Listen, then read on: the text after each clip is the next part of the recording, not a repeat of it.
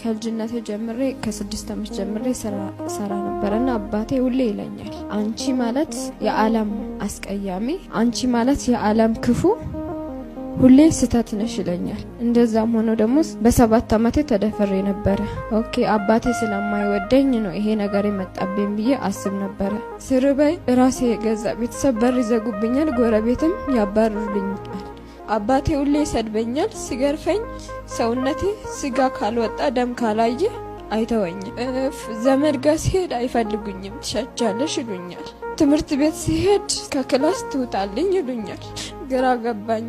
እንደዛም ሆኜ በ10 ዓመቴ ድጋሜ ስደፈር በቃ እግዚአብሔር ሆይ እባክህ ወይ ውሰደኝ ወይ አኑረኝ።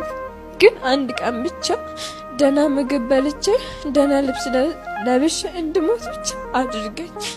እንዲየራበኝና እንዲየበረደኝ እንዳትወስደኝ እለዋለሁ ሁሌ እግዚአብሔርንና ከዛ ለ15 ቀን ወደኩት። ስላመመኝ መነሳት አቃተኝ። ከወገብ በታች ሰውነቴ ሁሉ ነገር አልንቀሳቀሳለኝ። ቤተሰቦቼ መጋዘን ውስጥ ወስዶ ጣሉኝና እግዚአብሔር በውሻ 15 ቀን ቀለበኝ። አንዳንድ ሰዎችን አሰነጥላለሁ።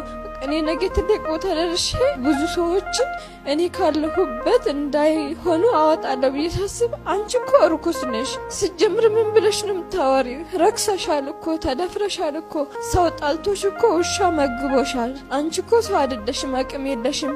አፍሽን ዝም ብለሽ ዘግተሽ ቁጭ ብለሽ እስክትሞጪ ጠብቂ ይለኛል ውስጤ።